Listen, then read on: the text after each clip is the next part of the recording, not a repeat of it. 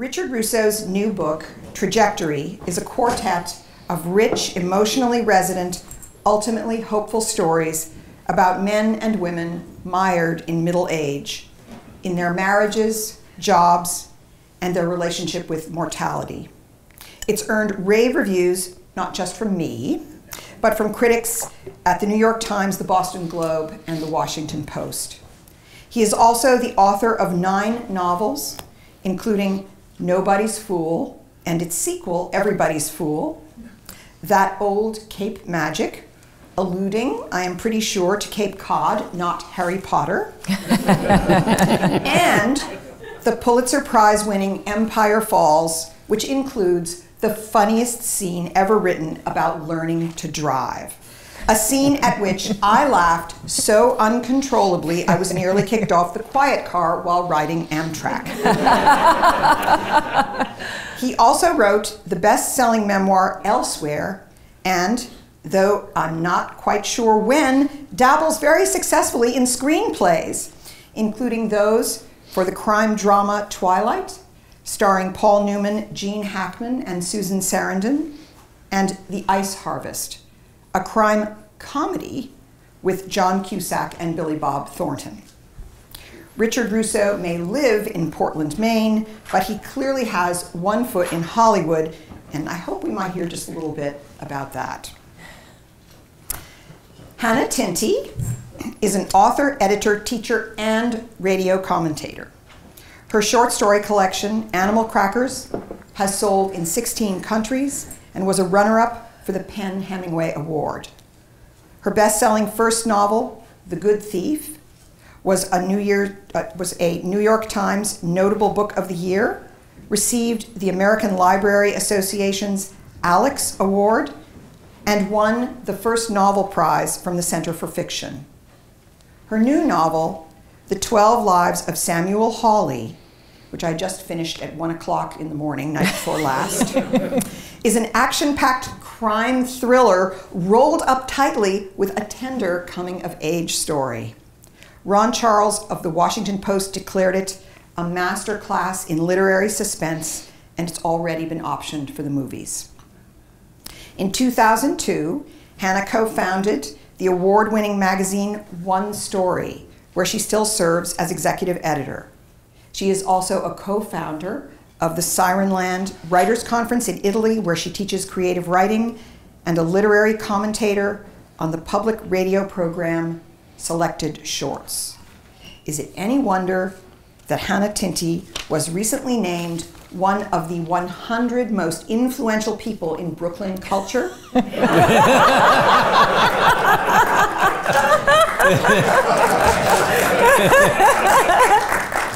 My greatest achievement, really. Yeah. So you can just retire now. Yeah. And I was thinking that might be the equivalent of being named one of the 10 most influential people in Florence back when the Medici threw the best parties. So welcome, Hannah and Rick. And I also want to say that we are thankful once again to the Provincetown Bookshop for being here with books by our authors, which will be for sale afterward, and which our authors will, of course, be happy to sign. And now I'm going to sit down and become the moderator for the event. So I thought I would start by asking you both about place and in your books. I am someone who loves books where place is almost like a character, or it exerts a very strong influence on the trajectories of characters' lives, on their fates, and I feel as if both of you are kindred to that kind of book. So Rick, I think most of your fans know that you were born and raised in upstate New York, mainly in Gloversville, a town that manufactured all the gloves for the fashionable ladies and gentlemen of America, and then fell into a decline when people no longer wore gloves except to go skiing.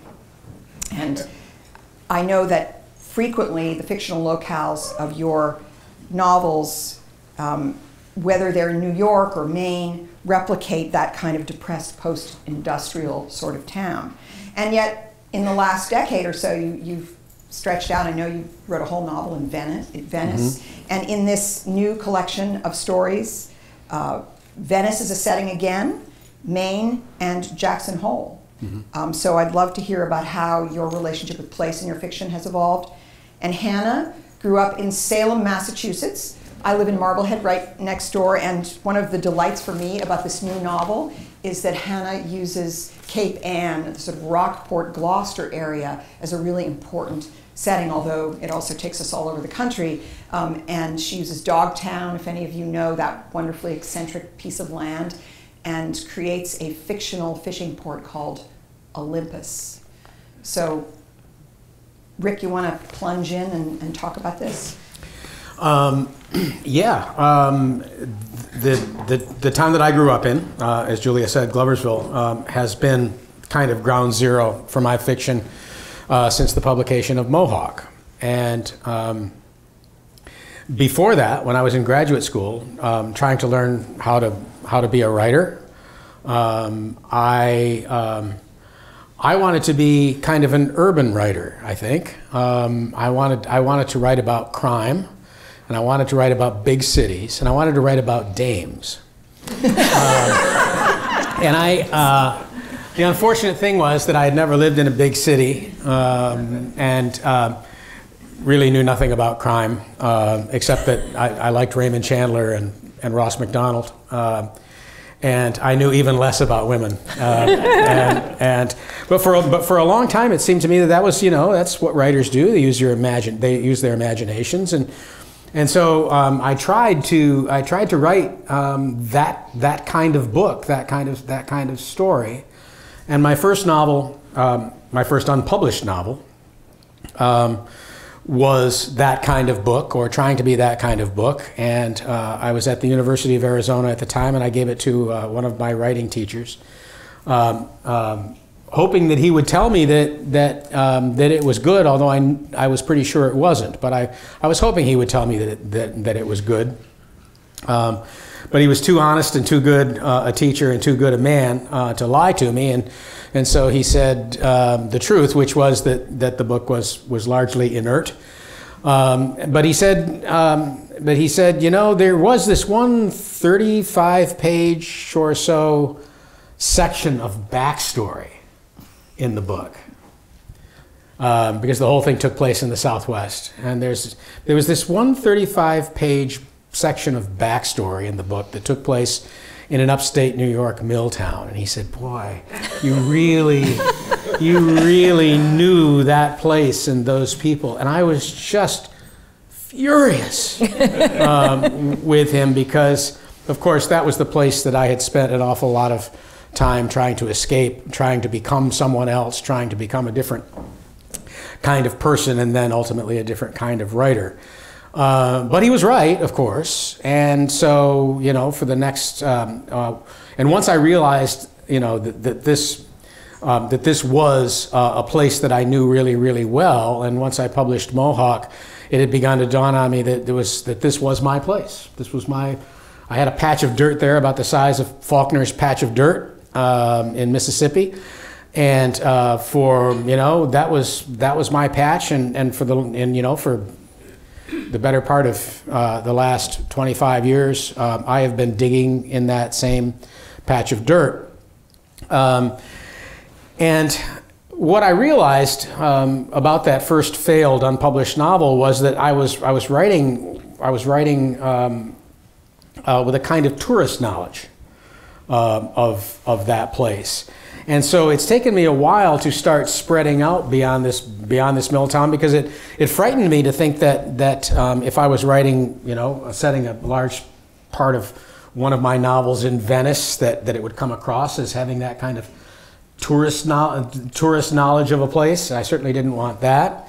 And in this last book of stories, it's interesting that for the most part, when I've written about places that are not these upstate New York mill towns, mostly they've been short fiction, because I've just figured, well, I can fool people for that long,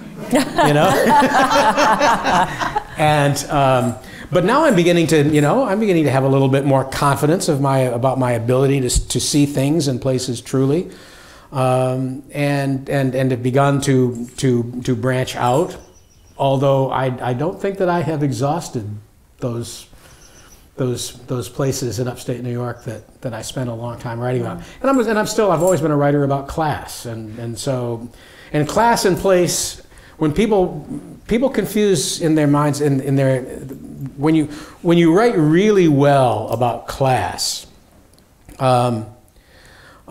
people often think about it as place, and so. That's an awful lot of what I've been doing anyway, because I find when I'm on the road and I'm in the South or I'm in the West Coast and I run into people and they say, God, your small town in that last book, that's my town. And I look around and it doesn't seem to be. but it's, if you get the class stuff right, the place stuff seems to follow. Well, as Julia said, I'm from Salem, Massachusetts, and that's usually the answer that I give whenever anyone says, "You seem like such a nice young lady. Why do you write this totally twisted, bizarre, dark, and violent stuff?" And I say, "Oh, I'm from Salem," and they're like, "Oh, all right." Then that's just like it excuses everything. It did definitely influence my life growing up. My first job was at a place called the Salem Witch Dungeon, where my job was, first they would do a reenactment of a witch trial that only had one live actor and the rest was played by dummies that they would press like a tape recorder. And then afterwards they would go down to the basement where there were dioramas and sort of patched together torture devices that were supposedly used on the witches. And my job was to dress in rags and a rubber mask and jump out and scare people. And I have to say, it was probably the best job I've ever had. And sometimes I feel like that's still my job. Like, that's still my job is, that someone's coming down, they're completely distracted and I'm jumping out and freaking them out. So that's the start of setting. It's like sort of an influence. And in this particular book, and I'm just going to describe it a little bit so people understand the reasoning behind it, because setting is really important for this book. It's two characters, a father and a daughter. It's a father-daughter story. The father is a criminal who has been shot 10 times over his life. And you can see from the book, see, it's got these holes in it for the 12 holes, the 12 lives, the 12 bullets of Samuel Hawley. So that's his story. And then underneath is another cover that is an astrological map. And this represents his daughter, Lou. And she is the thing that saves him. So when you layer them together, she's the small points of light that come through the holes in his life. And so it's a narrative that's twisted back and forth between the two of them. And well, Lou's story takes place in a fictional town of Olympus, Massachusetts, which I based on Gloucester, and originally in the early drafts was just called Gloucester. I ended up deciding to change it just so that I give myself a little bit of leeway, because I kept thinking about my friends in Gloucester and how they'd nail me on certain points that I was fudging or I needed to change in order to make the story work. So I was like, I'll just make it a different town. And then Holly's story, who is her father, I was interested in how our physical bodies become the stories of our lives, and how you have scars or cuts or different things that you carry with you. Your body changes and transforms as you get older. And oftentimes it's a very intimate thing that the only people who see those marks on our bodies are either doctors or lovers. And sometimes you might tell a story about those marks on your physical body. And I said, wouldn't it be interesting to try to tell a man's entire life just telling how he got those marks? And sort of skipping through his life. So the first, so there are just isolated points of his life, just how he got shot each time. And these are bullet holes that he carries, physical scars that he carries on his body. So it starts when he's 16 and ends when he's in his 50s. And so each of those stories is told in a different part of America. And there are each places that I've either been to or lived. And for me, the setting for those chapters end up being so important to just ground the reader in a new place, make them feel like they were in completely different part, not only of America, but in a different part of his life. So we go everywhere from the Adirondacks. We end up in a prairie dog town in Wyoming. At one point, we're up in the San Juan Islands. We go through the Four Corners, the desert of Arizona. And for me, I just used setting was such a boon to help me just feel like the reader was for the reader to see that they were in a completely new place. And I teach writing a lot as well, and I often say to my students, setting can solve every problem. It's often overlooked. Like a lot of times, like they're writing stories and you don't know where it's taking place or who's talking or anything. I say, where are they?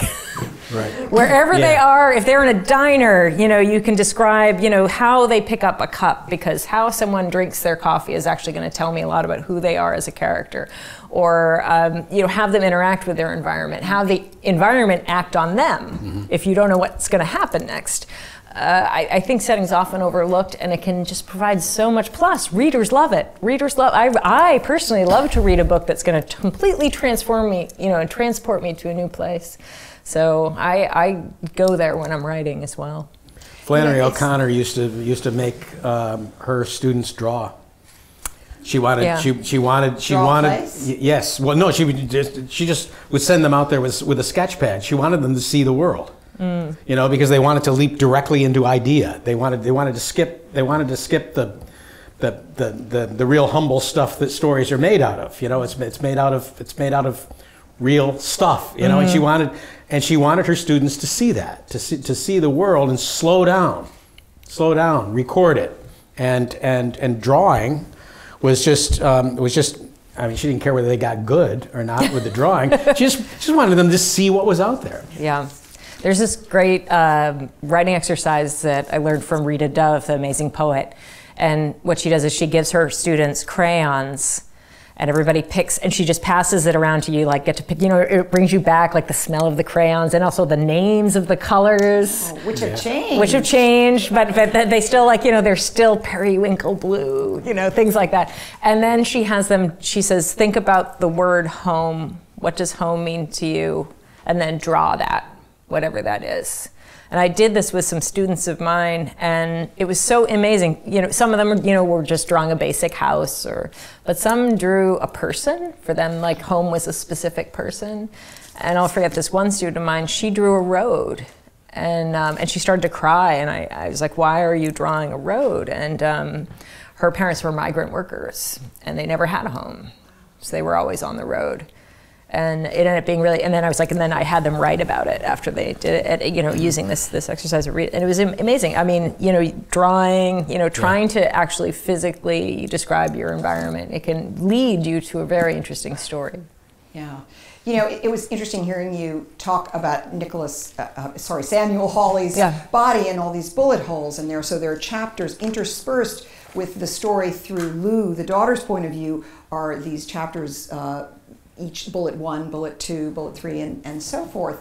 And as you were talking, it occurred to me that, of course, our most intimate home and the place in which we live is our body. Yeah. So he's so peripatetic, and his life of crime takes him to all these different places all over the country, but he is always inside that body. Yeah. And then you were talking about how often the people who see our bodies most intimately are either our intimate partners, our lovers or spouses, or our doctors. Mm-hmm. But what's interesting in your book is the daughter's glimpses of her father's body, whether he's in a bathing suit or whatever. And we get some great foreshadowing where I remember she talks about a bullet hole or she thinks about a bullet hole in his body very matter-of-factly. That's not one that we know about yet. And I'm like, uh-oh. Yeah. I guess that's that one in a way. Yeah. I used to think when I started out writing that cliffhangers are cheating. Only bad writers use cliffhangers, but no, they're for everybody. And you use them very, very well. Thank you. So I thought maybe this might be a good place for each of you to do a short reading from your book to give people a taste of the language itself. But I did want to say, and I know, Hannah, you described your beautifully made book. I wanted to show these two books and point something out to you all. especially if you're considering having close contact with these authors later on, because authors are often thought of as fairly gentle souls, however neurotic we may be. But it occurred to me today that here we have Hannah Tinti's book, which is riddled with, the cover is riddled with bullet holes, and then I realized that Rick's jacket is a target, an archery target. I'm like, wait a sec, there's a lot of allusion to weaponry here. I mean, we may be living in a time when it's important to know about guns and archery and so on, but one of the first questions I shot off to Hannah after finishing her book was, girl, how do you know so much about guns? I don't actually P's and Q's here. So Hannah, why don't you read first if you want to tell us Okay, yeah, actually I was going to read a part about guns. So it'll be fun. We'll talk more about how I discovered guns. But the only thing that you need to know about this section of the book, it's about 100 pages in. So this is from Lou's perspective. This is Holly's daughter. And she's got a crush on a boy. And when they were younger, she broke his finger. She gave Marshall a pair of her father's boots, and they headed into the ravine behind the house. The light was filtering through the leaves, creating layers upon layers of green. Once they were 50 yards in, it got darker, and the temperature dropped. Lou led Marshall down a steep slope toward the sound of moving water until they reached the gully that Samuel Hawley used for target practice. Here, Lou handed Marshall the rifle. Then she took the box of ammo from her pocket and started loading one of the magazines. Marshall held the rifle as if he were waiting for it to go off, even though the safety was on, and it was not loaded. What's wrong? His neck flushed. Are you scared? No, he said. Lou paused over the mag, a bullet in the palm of her hand. She did not say anything in return, only motioned for him to give the rifle back. Marshall passed it over, his face anxious. Lou wondered if she had made a mistake by bringing him here, but the clip was already loaded. The safety flipped. The handle of the rifle pressed high and tight to her shoulder. The sight was there to guide her as she tilted her head slightly, lifted the barrel a fraction of an inch, took in a breath, and let half of it out. She squeezed the trigger, and there was the boom. The sound was so loud it pushed everything out of Lou's mind, like an eraser wiping all her thoughts clean. For a brief moment, she was nothing but a person in a place, and there was no past, and there was no future, only this single moment where her life flashed open, and she was awake, and she was alive, and she was real. Then the boom began to fade until it was only an echo, and she was her old self again, the memory of the previous moment, nothing but a powdery smell in the air, like a match lit and quickly blown out. Lou pointed at the mark she'd made in the distance. The bark exploded from the mossy base of a tree and scattered across the forest floor. She passed over the rifle. The trick is to hit the same spot. She put her hands on Marshall's shoulders and stood behind him, positioning his body like a marionette's, legs, hips, shoulders, fingers. She pushed until the wood was nestled into the crook of his arm. "That's going to kick," she said. "Most of the power's going out with the bullet, but some of it gets sent back into your body." "Kinetic energy," said Marshall. "See," Lou said, "you're going to do fine." Marshall kept perfectly still while she leaned her head toward him until her cheek nearly touched the length of the barrel. "Look," she said, and he bent his head so that it was next to hers. She could smell his hair, damp and earthy, like long grass after the rain. "The bullet won't travel in a straight line," said Lou. "It gets pulled down, so you should always aim a tiny bit higher." "You're shaking," she said. "Stop shaking." "Sorry." "It's instinct. You're afraid of what's coming, but that's the best part." She wrapped her arms around him. "Take a breath," she said. She heard Marshall inhale deeply, and she opened her lungs and took the air with him. Between the raised metal sights, there was the mark she had already made. She slid her hand through the trigger guard, then pressed down on top of his broken finger. The whole world was waiting. Now, she said. Thanks. Thank you. Rick, do you have something to read to us? I was holding my breath there. I've read it.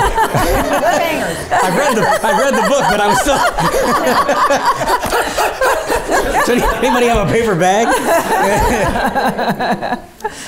I'm going to read a little bit from a story about a realtor who, as the story opens, he's just gotten a diagnosis, and it's a story about him.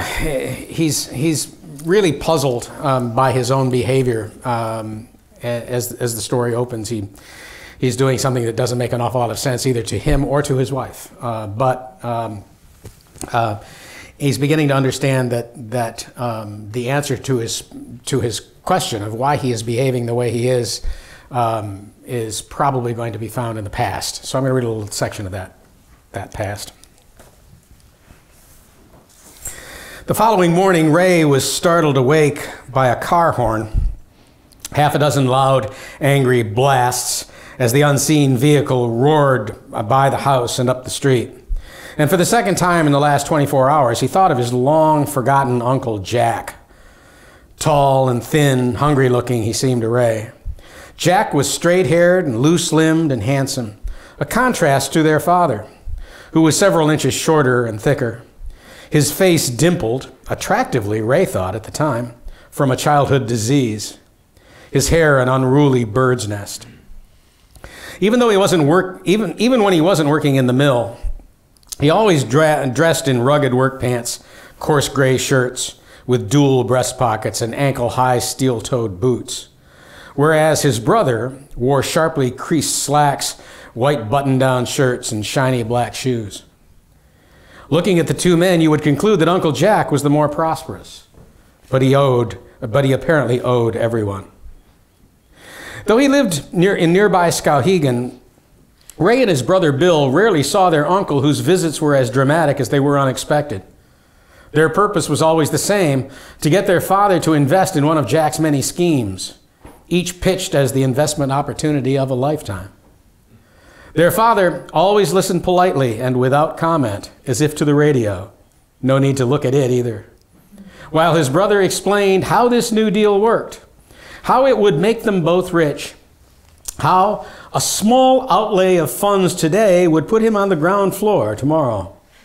Hell, in a matter of months, he'd be able to quit his sucker job at the mill and be his own boss for once. Their uncle's cadences rose and fell in great waves, and at various points, Ray would think that he was winding down, but then he'd remember something else. Hey, wait, I almost forgot the best part. Eventually, though, it was impossible to ignore his siblings' lack of visible interest. And he would say, "So, what do you think, big brother?" What Ray's father invariably thought, or at least said, was that, no, he didn't think he was interested. Did he want to think it over? No, that wouldn't be necessary. So his answer was final. Yes, it was. What was so perplexing was not that their father declined, he always did, but that he offered his brother so little in return for his wonderful enthusiasm. After all, it took Uncle Jack a good half hour or more to detail just how great this idea was, how you couldn't lose, really, if you thought about it.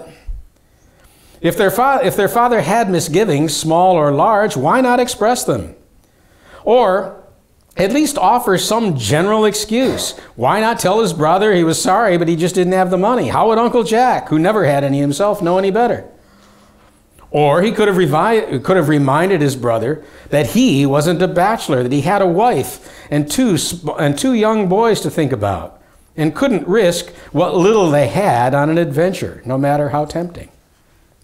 Instead, unless Ray's memory was playing him false, the impression that his father conveyed was that, yes, he did have the money. He just wasn't going to give any of it to his brother.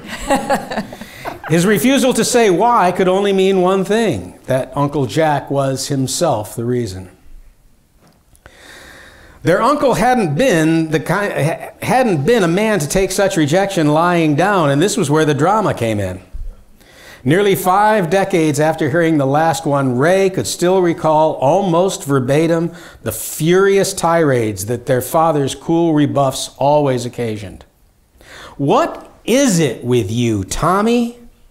Do you like standing in lines? You like waiting for somebody to decide what your share is? Because while you're standing out front with the schmucks waiting for scraps, the smart people are all slipping in the back and taking what's theirs. You were in the army, for God's sake. You know how things work. You know what this country we fought for is all about. It's the land of back doors and secret handshakes. People didn't stop drinking during Prohibition. They just stopped going in through the front."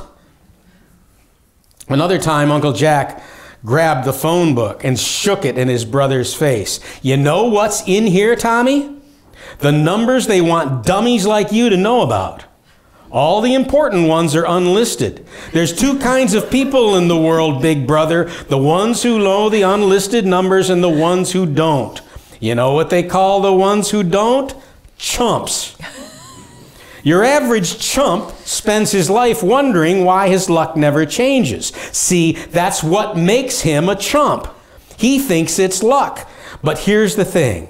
If somebody ever gave your average chump an unlisted number, he would write it down and call it. He might be a chump, but he's not a complete moron. You're no average chump, Tommy. No, sir. There is nothing average about you. Somebody comes along and lets you in on the score, offers you the unlisted number. You say, "No thanks, I'll just stand here in line with the other chumps." And at this point, he dropped the phone book in their father's lap. When you want something, you consult your damn phone book. So, you're a screenwriter, not an actor? Next career, for sure. Wow, thank you. Those were wonderful readings. So Hannah, so I know how frustrating it is to be asked, is that father in the story your father? Is that mother your mother? But I find myself as a reader unable to resist asking how this extraordinary character that you've created in Holly, and I was thinking, well, if I had like a little 1-sentence way to describe this book, I would call it a story about a man who's hardened by a life of crime but softened by love.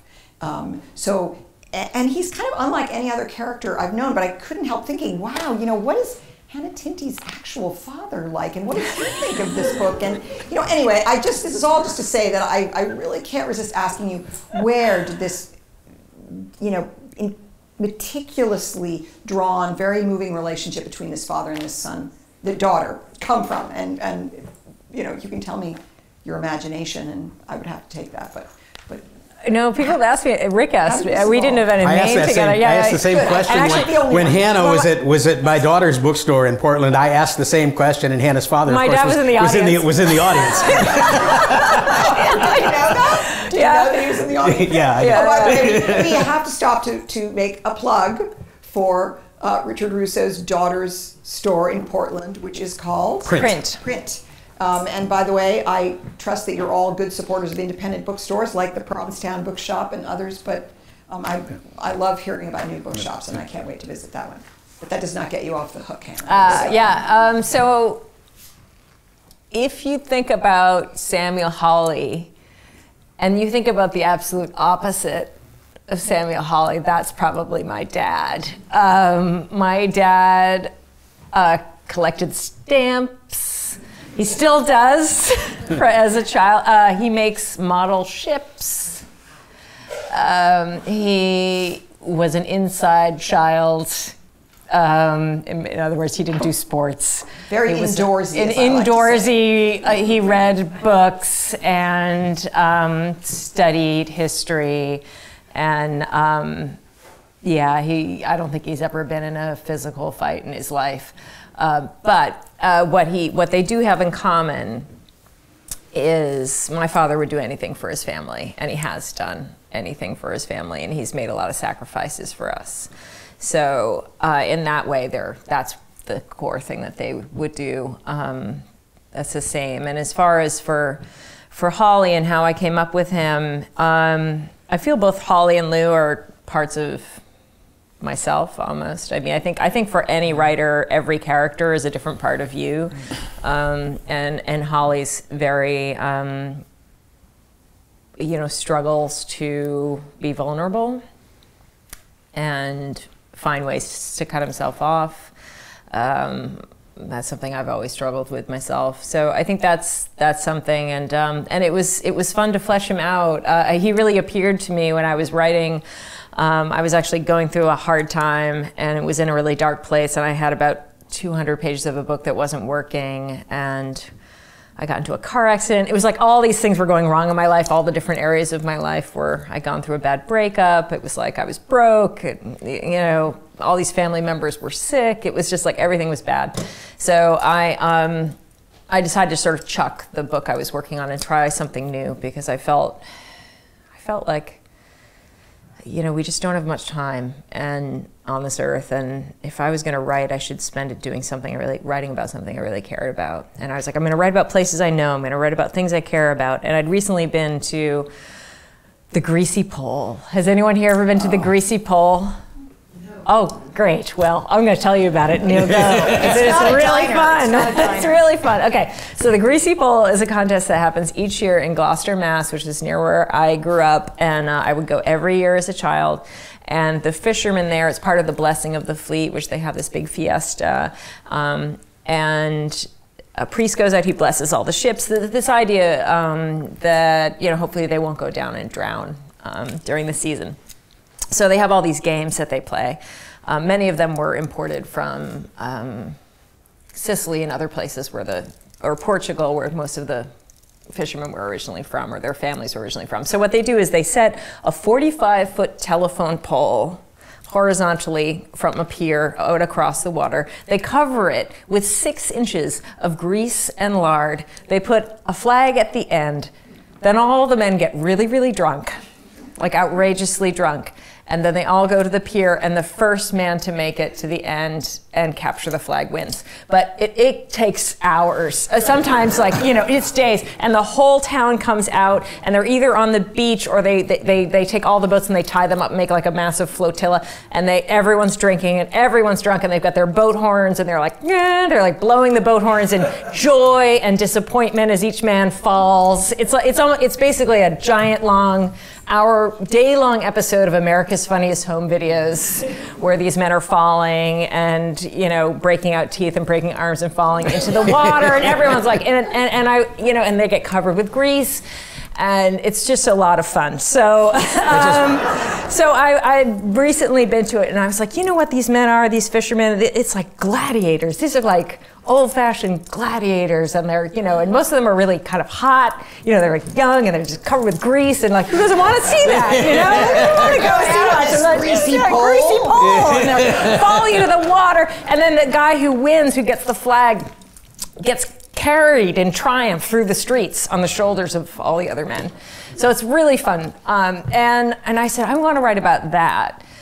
And I was writing about it, and one of the men, I sort of put my binoculars on and was like, well, let me try to describe this guy, put my binoculars on, zoomed in close, and realized that his body was covered with scars, because the men sort of stripped down to go on the pole.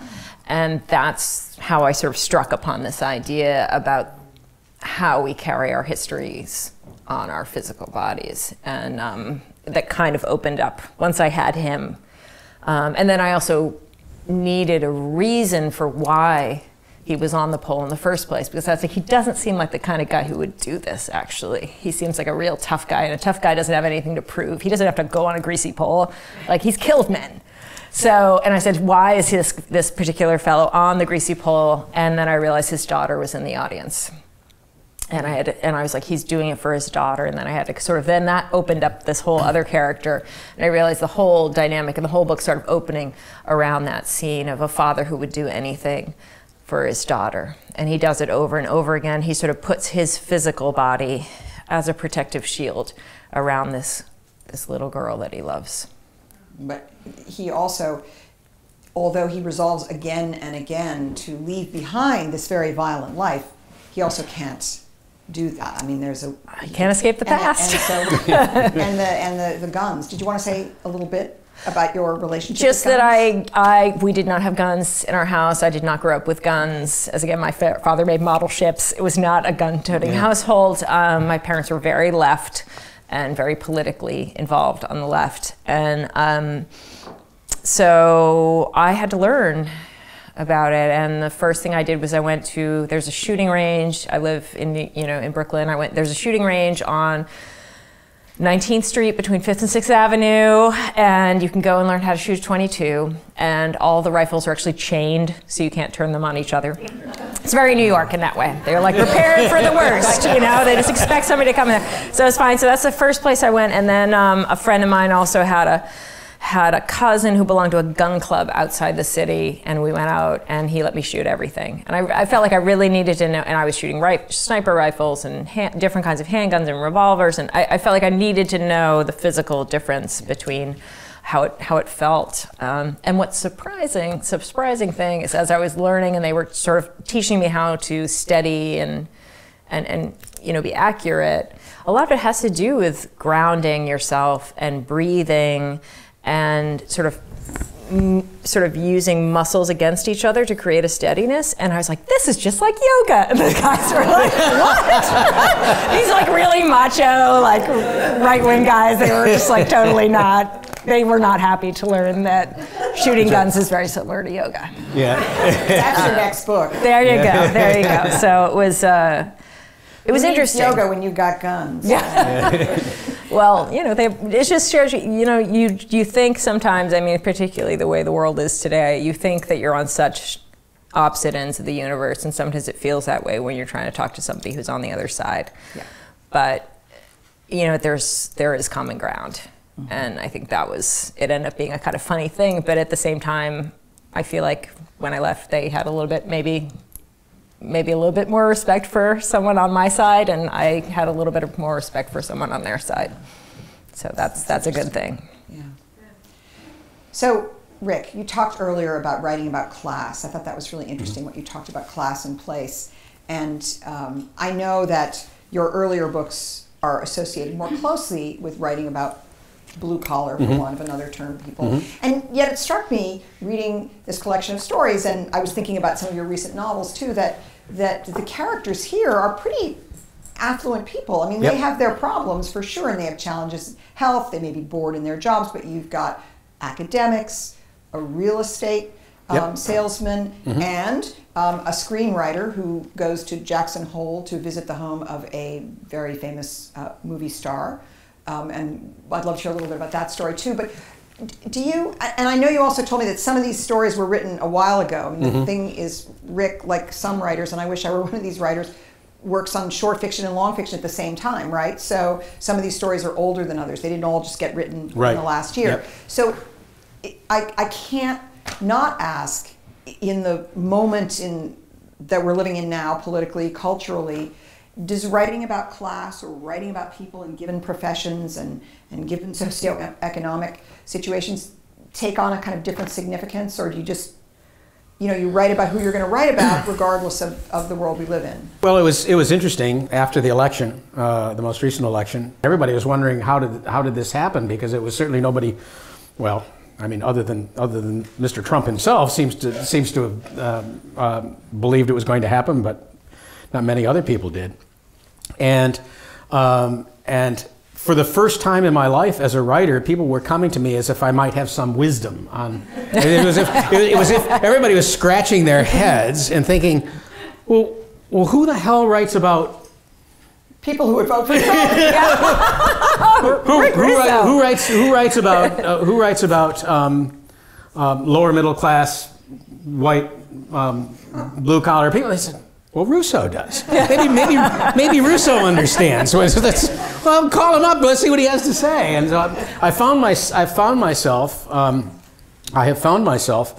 over the last months being being asked for a different kind of wisdom than I have in the past. I mean, before that, I was just an entertainer, and now I'm supposed to be able to explain this cultural phenomenon. So it has been interesting in that in that way. No one has ever come to me for anything like that kind of wisdom before.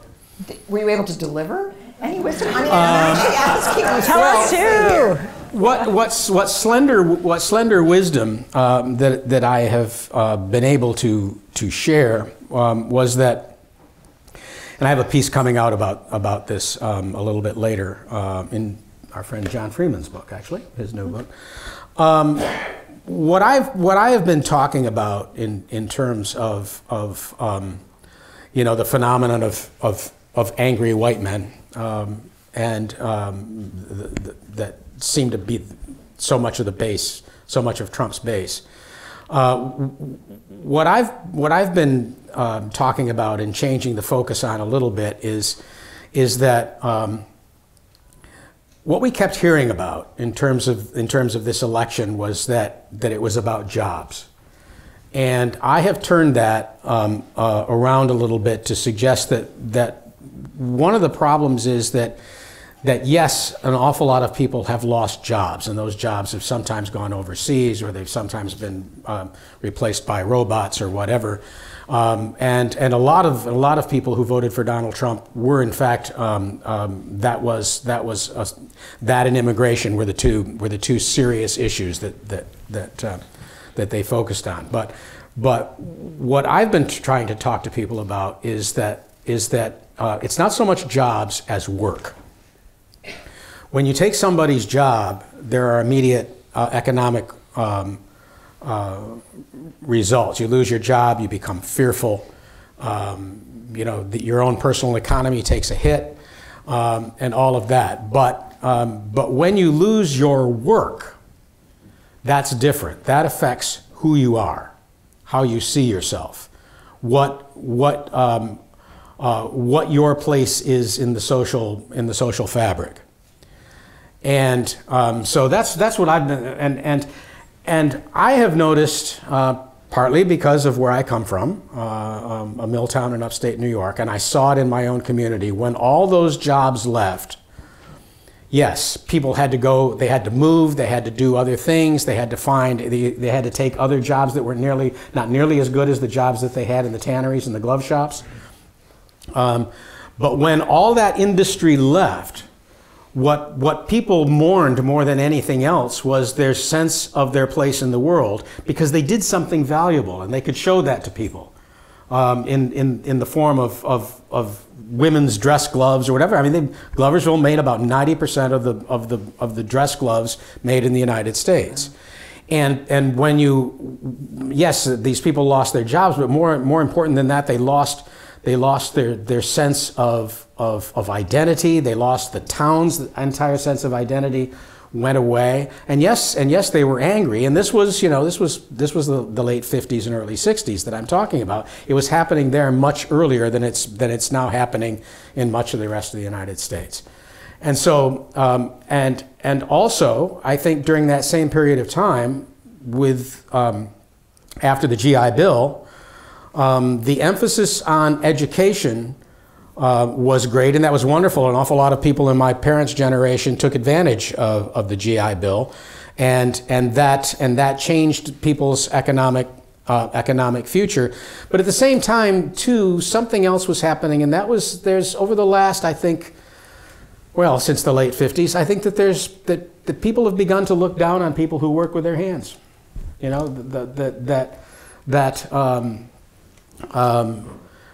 people who still have their jobs as plumbers and electricians and kind of union jobs. My father was a union guy, belonged to several different unions.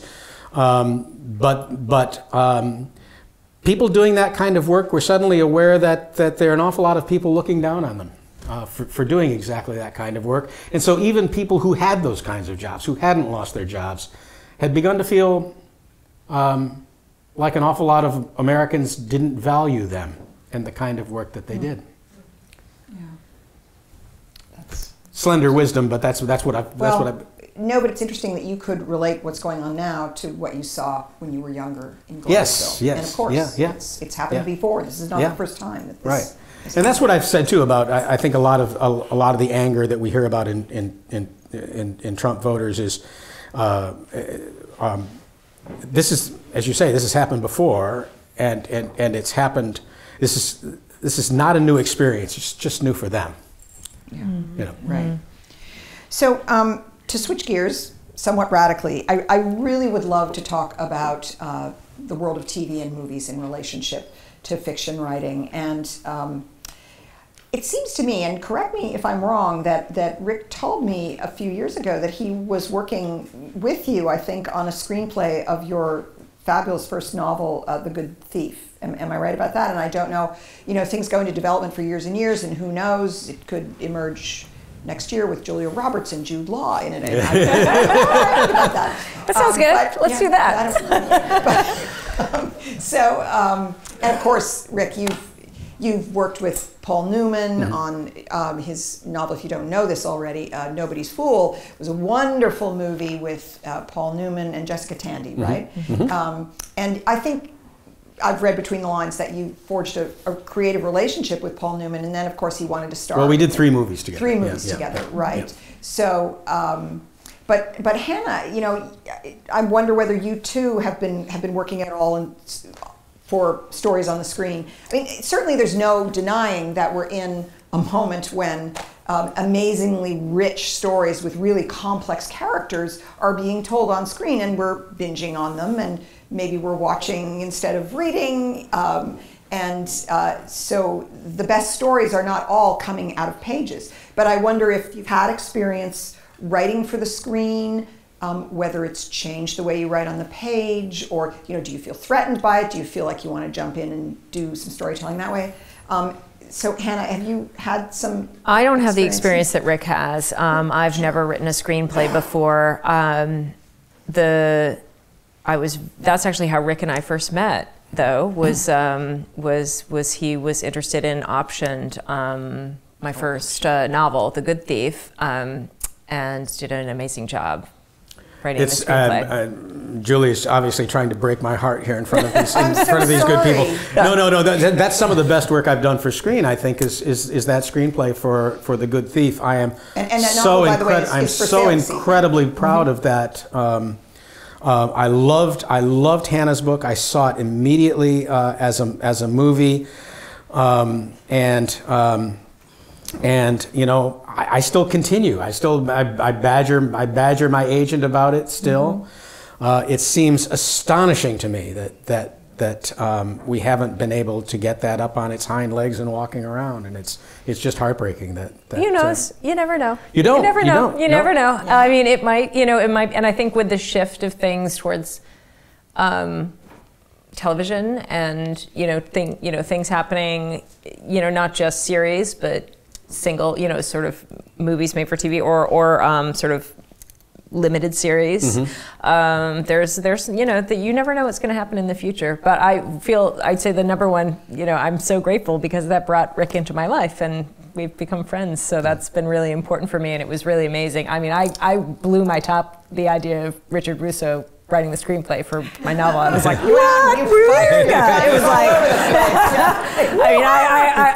I think I told you this. It was like the first time I was meeting Rick and his wife Barbara for dinner in Boston, and I went in so early, and I was so nervous, and I just like walked around the blocks because I didn't want to show up. I didn't want to be too early, and like I didn't want to, and I was just like so nervous. And when I get nervous, my nose runs, and I was just like, it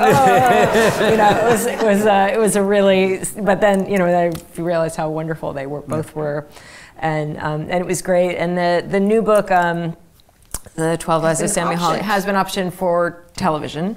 They're working on the screenplay now, and it's being written by Jez Butterworth, the playwright, and who also has done. I've heard the name, but well, he's probably most well known for a play he did called Jerusalem, that won a number of awards. And for movies, he wrote Spectre, which was the James Bond movie, and he did a movie that I really love, even though I think it was marketed incorrectly, The Edge of Tomorrow, the Tom Cruise movie where he gets killed over and over and over again. It's a great movie. You guys, Netflix that thing. It is a really solid movie. And so we'll see what happens. It was optioned by sort of a conglomerate of people together, but mainly led by Matt Reeves, the director Matt Reeves. Okay. So we shall see, fingers crossed. But again, I don't hold my breath for anything in LA. I will say I've been very influenced by movies in my own writing, but I have never written a screenplay. Interesting. So I think that info can mostly come from Rick, who's got...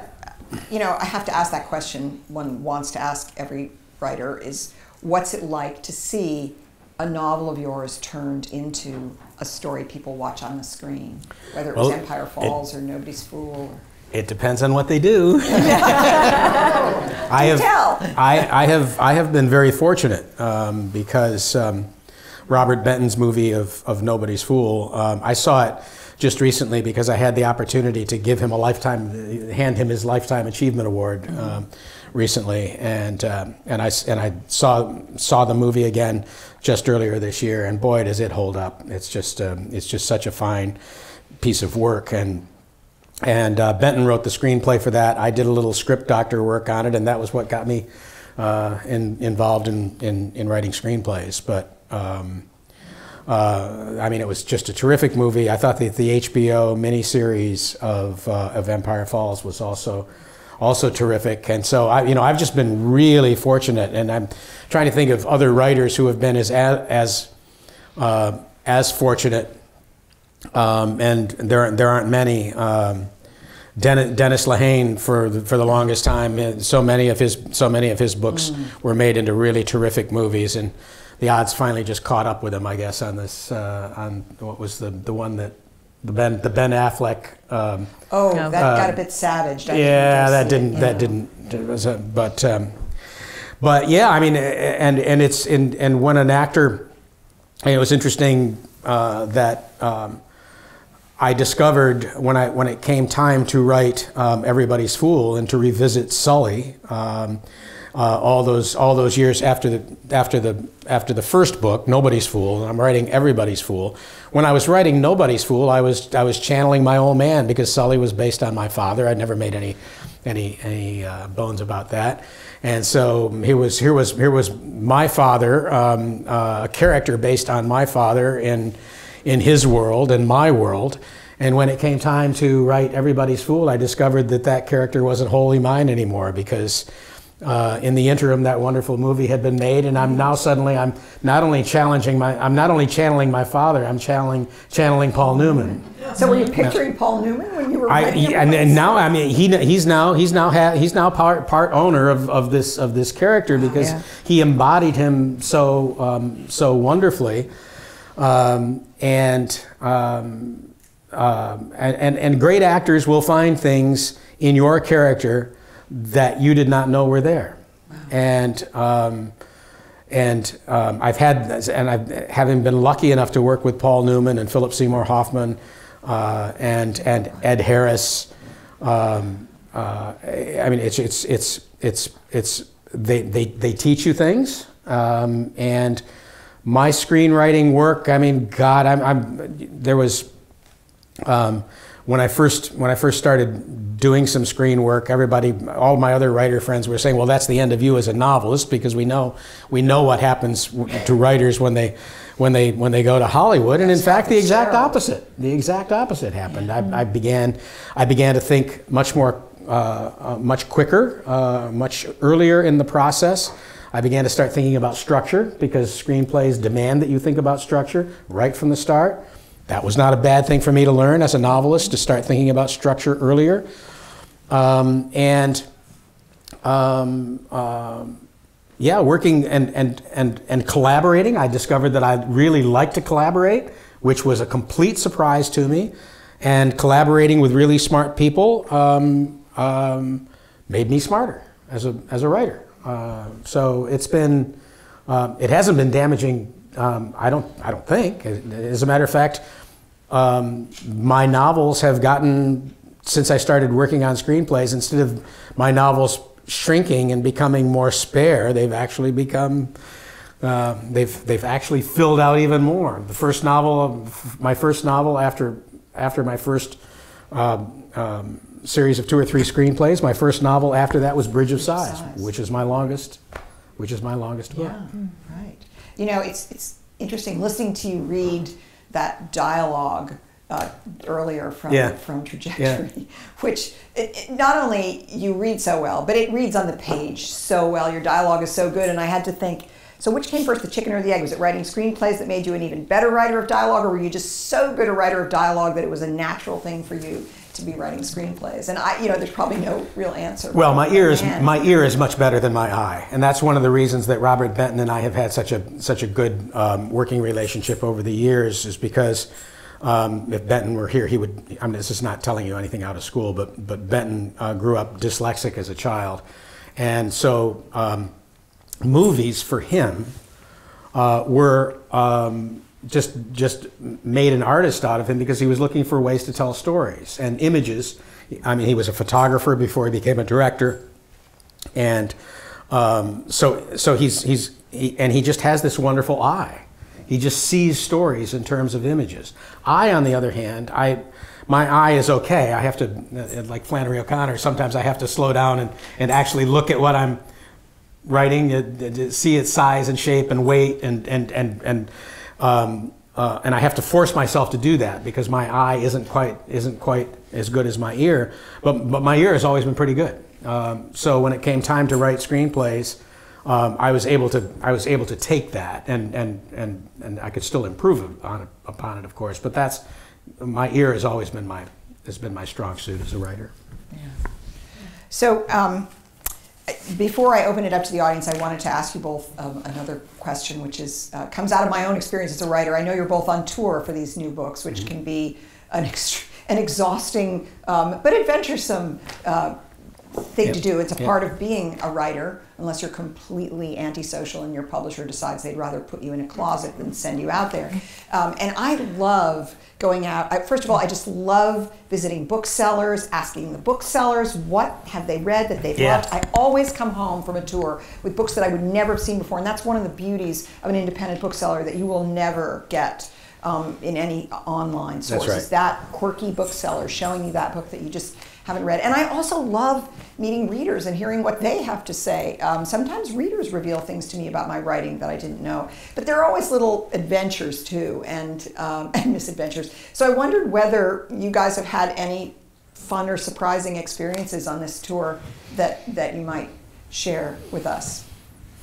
Is that putting you on the spot too much? Well, I'd say sort of one thing that I found really moving and also kind of strange, but also kind of wonderful, was I was on tour. I was in San Francisco, and a reader had read the book before. It was actually someone who worked at the bookstore that I was at, Book Passage, and she was really obsessed with the book because actually she had been raised by a single father as well, and so that was really moving to her, and it meant a lot. And so she actually made a diorama, sort of a matchbox diorama of the book that had all these different little objects from the book in it, including a live bullet, which she ended up having to ship, because I was like, I can't take this on the plane. I can't take this shit on the plane.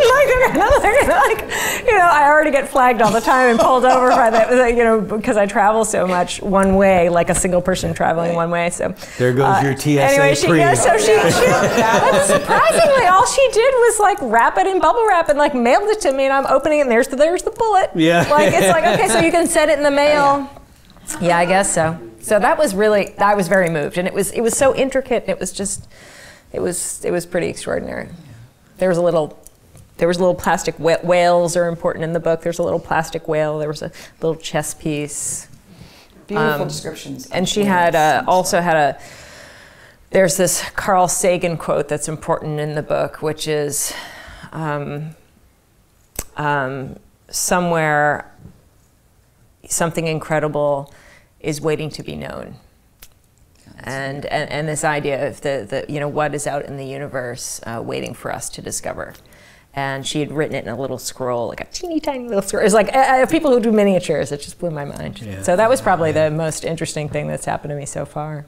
Well, so I have to tell a quick story about Rick before I ask Rick to tell a story of his own. So when my first novel came out of the total goodness of his heart, not knowing me from Adam, Rick Russo blurbed that my first book, and that meant the world to me. And then on top of that, and he won the Pulitzer Prize for Empire Falls when I was about to go out on tour for my hardcover. And so you were going on your paperback tour. And our publishers are sibling publishers. This is one of the advantages of all the publishers joining under the same umbrella, is they can help each other. And they said to Rick, well, hey, how'd you like to have this first novelist go out that you liked her book, and be like the opening band for you? So I got to go out and join you to do 2 events in the Midwest. And I was like, and Rick was so nice. He went out to dinner with me, and I was like a puppy, like, asking a million questions. He was like, you the first were big, not. Oh, yeah, but you were so sweet. But I remember that you said to me, and this was very funny. He said, oh my God.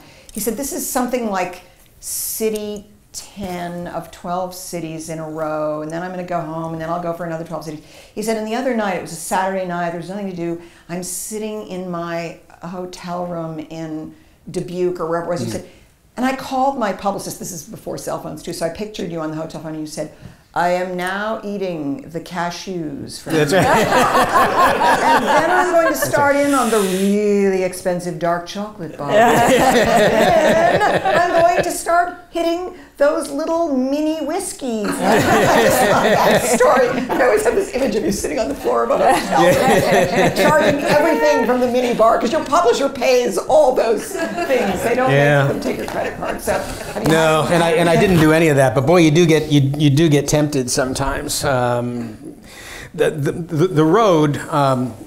road.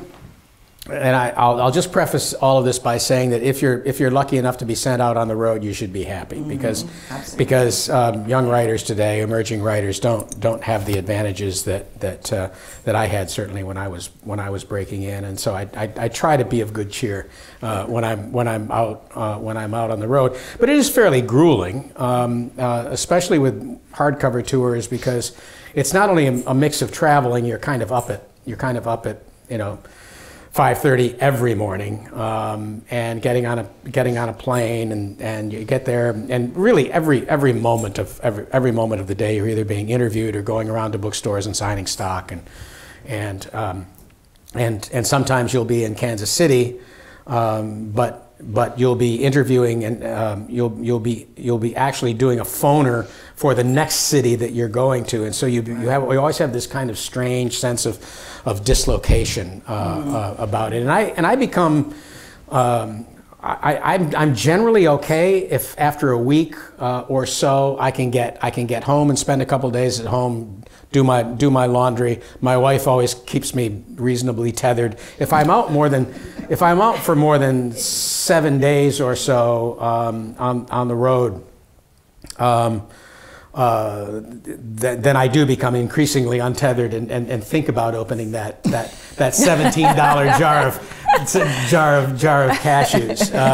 Just 3 cashews in it. There's nothing in there. I know it's the most expensive food in the world that comes out of that mini bar. But I will tell you, my favorite road story is not even a recent one. But I was somewhere, again, I think I was somewhere in the Midwest, and I think it was probably with my second novel, The Risk Pool, and I was at a bookstore, and they were treating me so nicely. They had set out probably more chairs than they thought they were going to need, but there were I would say maybe 30-some people in the audience, and they had put out they had nice wine and cheese and everything. They were treating me really well, and I was just about to start reading, and people had taken their seats, and I was starting to read. I looked, and there was this guy in blue jeans in a work shirt. Looked a little bit like my father, probably, coming home, because he looked like he'd been out doing road construction or something like that all day long. And he had this eye that was swollen kind of shut, and it seemed to be leaking something, but I mean, he was really something to look at. He would catch your attention, and so I was looking at him, but because of the way the big steel-toed work boots and all that, I thought this guy is my ideal reader in a way, because I'm writing books about people who do this kind of work, and this guy this guy is, if anybody is going to know if I'm full of shit, it's going to be this guy, because he's just come straight from the job. And so as I'm reading, I'm kind of, every now and then I look up and I look up and he hasn't taken a seat. He's kind of standing there in the back. Every time I look up, there he is.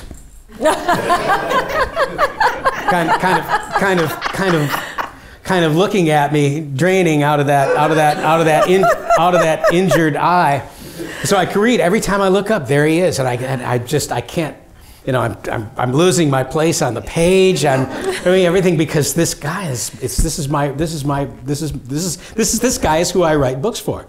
What's he going to say? And so I finish. People get in line, and every time I sign another book, I look up. I'm trying to figure out where he is.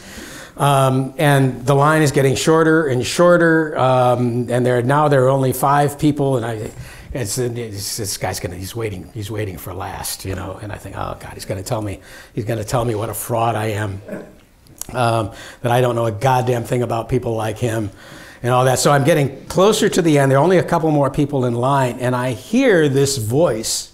This voice says, "Hey!" And I think, is this the guy? Is this the guy? Did he do that? And why is he shouting like that? But it's not him. It is in fact the bookseller who is shouting at my perfect reader, my perfect reader, who has gone behind the table where all the food and wine is, and he's taken a big 2-liter thing of wine, and he's got it just like this, just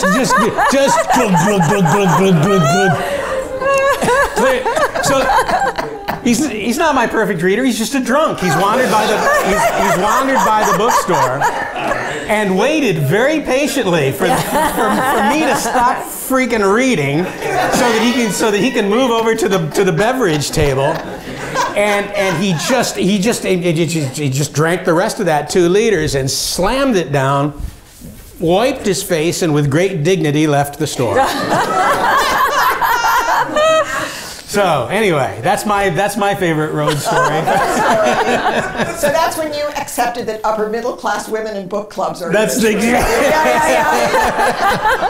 They're everybody's reader. That's right. They're everybody's reader. Yeah. Question is about my novel Straight Man, and its place in the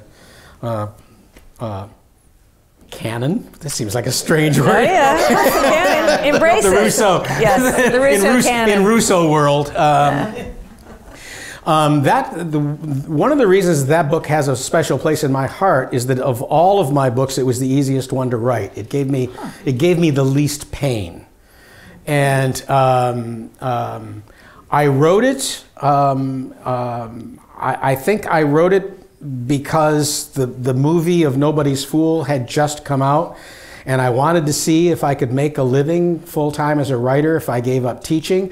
And I thought to myself, I'll write the kind of, just to convince myself to do this. And I was a little worried because my daughters were still young then. But I thought, you know what?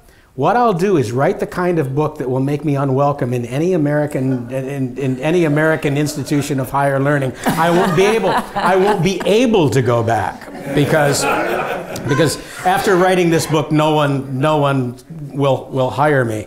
And that was just how wrong I had it, of course, because actually I never got so many invitations after that to give readings at talks at universities. But it was easy because I think because I had been storing without taking notes or anything. But I had taught at the time I was writing that book. I had taught at, I think, 5 different state universities, or maybe 4, all large state universities. And I had been storing up, without actually meaning to, I'd been storing up these little vignettes of academic lunacy I hadn't taken notes or anything, but suddenly when I started writing the novel, they just all came gushing out. I didn't have to search for anything. There it was. All I had to do is just kind of arrange the details, because it was just all right there. And where my other novels have caused me no end of pain, this one was just a joy. It's not a joy for Hank. I mean, this is the guy that's trying to pass a stone, but for me, it was pretty effortless, and it stands really alone among my novels as being fairly effortless. I wish they'd all come out that way. Well, I mean, this is going back to what Hannah said earlier too. Even in big books with lots of characters, we find something in ourselves that we're linking to, and that's again what actors do. I remember when I first started working, the first movie that I made with Paul Newman, and I've talked with other actors since, and they all say when they're asked to do a role, one of the things they will think about when they're thinking about taking the role is, what is there in my life that connects to this person's story, so with regard especially to Lucy in that book, and Noonan the art, Lucy is the small town boy who stays. And his friend Bobby, who changes his name, leaves town at the first opportunity, is the person who flees, who goes away. And I was able to tap directly into my own psyche for both of those characters, because in a sense, I did both of those things. I left at first opportunity. I not only went away to college, but I went all the way to the University of Arizona. I wanted to be as far away as I could from this town that I was from. And for a very long time, until fairly recently, I didn't go home very much. I did not go back to that place, and so I was very much like Robert Noonan, that the character in that book, but also in a sense I was also like Lucy, because in a sense I never left, because with every single book pretty much I have gone back to this place, and so I was able to draw on both of those characteristics in myself. Yeah, the question is how much time we have to spend on writing, and whether routine is helpful, and how we balance our writing lives with the fact that we're also wives and husbands and fathers and daughters and all of that. Hannah? I don't write every day. I know there's some writers who have a very strict routine. I remember Stephen King apparently wakes up, he writes from 6 a.m. till noon every day, and that's it. Every day except for Christmas, I guess. He does that every single day except for Christmas. Is the only day. That's why he produces so many books. I sort of struggle with that. But sometimes I'm able to get on a streak when I am sort of like into the meat of something, that I am usually working on it every day. I work, I have a job. My day job has always been in publishing, so I've worked in publishing for 20 years as an editor in some form or another. And, Yeah, like may for one I story, also, yeah. just by the way, I brought some of these, so I really want to encourage those of you who love reading fiction to subscribe to One Story. Each of these little books contains one short story, and they vary in length. Some are quite long. One of these stories from Trajectory might be in there. And Hannah founded this, how many years ago? 15 years ago. 15 years ago, and you can subscribe. It's still 18 issues per year that you It's now 12. It's basically a story a month. It's basically like the Fruit of the Month Club, but you get a short story. And we made the rule when we started it that we only publish an author once, so we have never repeated the same writer. And it might be someone you've heard of, or someone Really we usually mix it up with this. We have this idea of trying to treat all writers the same. So one month you might get something from Ann Patchett, and the next month there'll be someone you've never heard of, maybe someone, a debut author. And so we're working on issue 240, and we've published 240 different writers from around the world. So it's been a real labor of love. We actually have a great, wonderful subscriber base. We have about 15,000 readers, which for a small literary magazine is quite large. And it's been really, really fun. It's been a great project of mine. And I'm very grateful, particularly because it's allowed me to meet and work with so many great writers. But so as someone who has a day job, I find that when I write best, it's usually at night. I like to go to my writing desk at night when all the phone calls stop. Even social media kind of quiets down, at least, for the people in my time zone. And there's just sort of, you can feel, I live in New York, so it's like you can feel people falling asleep around you, and it feels like there's more psychic energy in the air. Somehow, like I'm able to be more creative when everyone else is asleep. And so my best hours are usually from 11 till about 3 in the morning. Wow. Yeah, that's when I really fly. And then I crash into bed. But that's usually when I do best as far as a routine for now. I am one of those people that you sense falling asleep. Yeah. Yeah. Me too. And I'm just sucking your energy out of your brain. Putting it into mine, yeah. I do work every day. Obviously exceptions, and the exception is life, isn't it? I mean, if you're on book tour, then you're on book tour. But I do work every day, and I find that and I never work for anywhere near as long as Stephen King does, obviously. But I do work every day, and for me at least, the fact of working every day is it just, to me, it just kind of helps the muse. For me to show up in the right place with the right materials and to have it part of my habit and my routine is just an invitation to get those creative juices moving. And I'll tell you just one quick funny story. During the period of time when I was living in Southern Illinois, I was teaching at Southern Illinois University. My daughters were very little then. The house was full of noise and chatter and all of that. And so I always used to go to down at the end of the street. There was a Denny's, and I used to go there mid-morning. The waitresses are much nicer to you if you're not taking up a booth when people are waiting to be seated, but by the time 9 o'clock rolls around, between 9 and 11, I could go in, get a booth, get a big jug of coffee that they would bring, and so every day I was at Denny's in my booth with my yellow legal pads and my favorite pens, working at Denny's with a big pot of coffee, and I was completely left alone. And I don't know how many years I was there, but I was there pretty much every day for a period of many years. And when I accepted a new position, which was at Colby College, one of the first things that I knew that I was going to, and when I first went to the state of Maine and was heading up I-95, getting farther and farther away from Portland, I began to realize that there were no Denny's, and I was terrified. That the first thing I was going to have to do, obviously, is find a new coffee shop, someplace out where I could work, because by now it had become part of my routine. Even if I had a house with a den that I could work in that was absolutely quiet, that wasn't what I needed anymore. I needed someplace with ambient noise and chatter and conversation going on and all of that. So.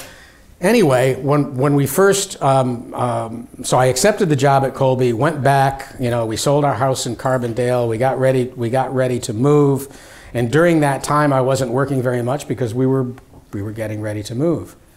But what I found fascinating was that on the way across country, driving now with my wife and daughters, and we're trying to get, however many 100 miles a day, every time I passed a Denny's, I would get an idea for a story. It's a funny story, but that's what I mean when I say that there's a certain habit, whatever a writer's habits are, and sometimes you can cherish them. You can cherish them too much. You can become so caught up. You can have such reverence for your idiosyncrasies that if you don't have exactly the right pen, you can't work that day, or if you don't have this, or if you don't have that, and they become excuses not to work. But if you treat them, if you treat habit for what it is that it keeps the door open a little bit between you and whatever you're striving for, whatever you're looking for. Instead of having to open the door completely on any given day, you'll sit down and you'll have your materials there, and you'll notice that the door is already open a little way. Now all you have to do is pull it open a bit more. I feel like strongly that I shift and move around sometimes too, because I feel like there are certain areas that have like magic in them for a little while, and then I've almost used up all the magic, so I have to, even if it's in the same room, like I move from my kitchen table to to my desk, to, sort of like I'm working at my kitchen table and then it stops working and and I'll get up and I'll actually physically move to another place in the room. And sometimes just doing that will, I don't know what it does, it stirs the pot. And we don't have to know how the magic works, we just have to know that it works. Yeah. And if moving across the room. Yep, abandon the routine if it doesn't work for you. In other words, like, if nothing's happening, try something else until it works, and then when that stops working, try something else. Yeah. So I want to thank Rick and Hannah for coming and giving us such a wonderful evening, but I would like you to hold your applause, because they have brought with them yet another talent that I didn't know about till I saw a little clip of something on YouTube. So prepare to be awed by a little performance that they have for us. And I'm going to step away from the stage and turn it over to them. And after their performance, I hope that you'll buy some books if there are any left, and feel free to mingle with them a little bit more before our evening is over. And I just want to thank you all again for being patrons of 20 Summers and part of our wonderful cultural community here. So take it away, Rick. All right. I feel like it needs a little bit of a setup. So this is something that happened for this book. As I've been traveling around at every event that I've done, I've sung a love song. And it happened, I picked up the ukulele after going to a lecture by Linda Barry, the cartoonist and artist, and she gave this great talk about how the human brain and how it works in creativity, and she said, as we get older, we start narrowing our lives and we just do the things that we're good at. And she said, let's do things that we're bad at. If they bring you joy, like why would we cut these certain things off in our lives? And so I like music, but I've never taken, I don't know anything about music. I can't read music, but I like to sing with my friends. So I was like, well, I'm gonna learn the easiest instrument there is and sing songs with my friends. So this is about me trying to do something that I'm bad at, and usually I encourage the audience, if you feel so moved, to join us in maybe doing something you're bad at too. But actually Rick is not bad at this. Rick is really good. Well, and when we did this at my daughter's bookstore in Maine, and we did Springsteen that night. You have not lived. You have not lived. Springsteen on the uke was like Springsteen on a ukulele. You haven't lived until you heard that. It was really fun. It was really fun. We got like 1,000 views so far on that. So we're gonna try and break it with this one. All right. We did Springsteen. Now it is Tom Jones.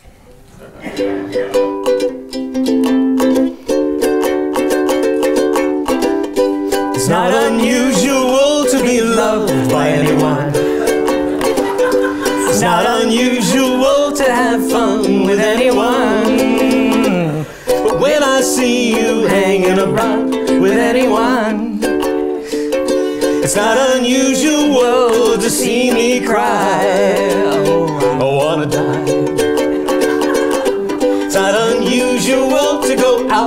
at any time. When I see you out and about, it's such a crime. If you should ever want to be loved by anyone, it's not unusual, it happens every day. No matter what you say, you'll find it happens all the time. Love will never do what you want it to.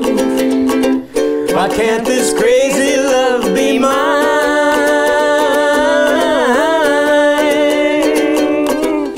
It's not unusual to be mad with anyone. It's not unusual to be sad with anyone. But if I ever find that you've changed in any way, it's not unusual to find out